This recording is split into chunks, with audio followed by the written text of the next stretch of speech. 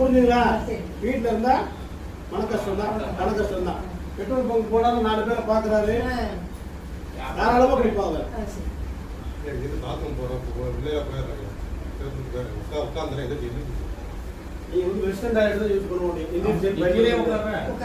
நன்றி வணக்கம். நமது வைத்தியசாலையிலே பக்கவாத்தால் ஏற்பட்ட பாதிப்புகளுக்கு அற்புதமான மறுவாழ்வுக்கும் விளக்கத்திற்காகவும் எங்க எச்சரிக்கையாகும் சில மூலிகை மருந்துகள் சூரணம் கொடுத்து ரெடி பண்றோம்.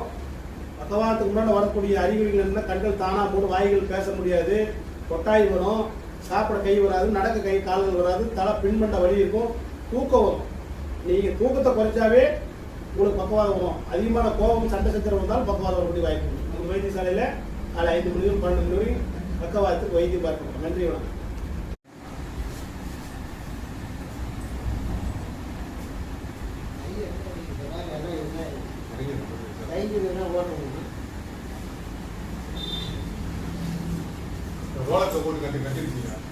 மச்சல போடுற மாதிரி இருக்கு.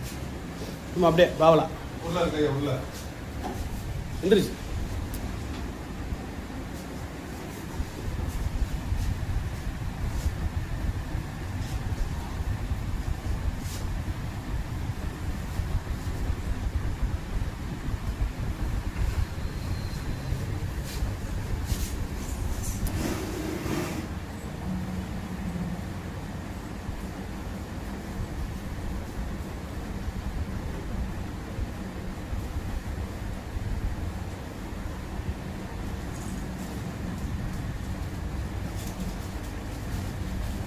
கை தூக்குங்க, கீழே விடுங்க, அப்படியே போயிடுங்க. வர பக்கவாதத்தால் பாதிக்கப்பட்டவர் கை ஒரு கை தொங்கி போச்சு. ஒரு சில பயிற்சிகள் சொல்லியிருக்கோம். பயிற்சி வீட்டில் போய் செய்வார்.